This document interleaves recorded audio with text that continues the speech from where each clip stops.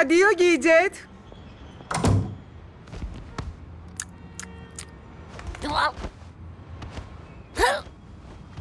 Γεια, Μαξ.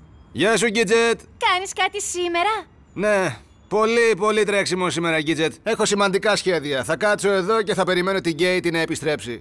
Ακούγεται τέλειο. Λοιπόν, να μην σε απασχολώ. Έχω πολύ τρέξιμο σήμερα κι εγώ.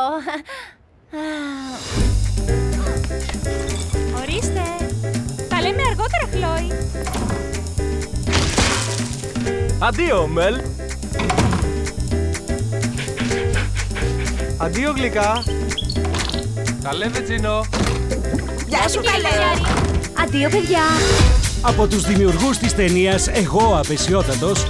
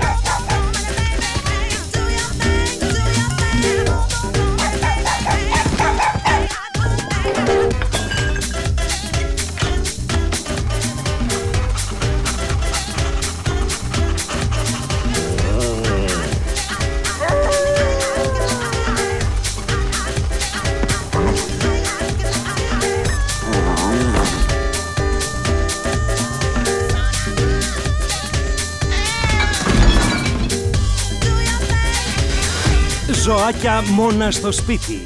Να είσαι καλό, παιδί, Λέοναρντ.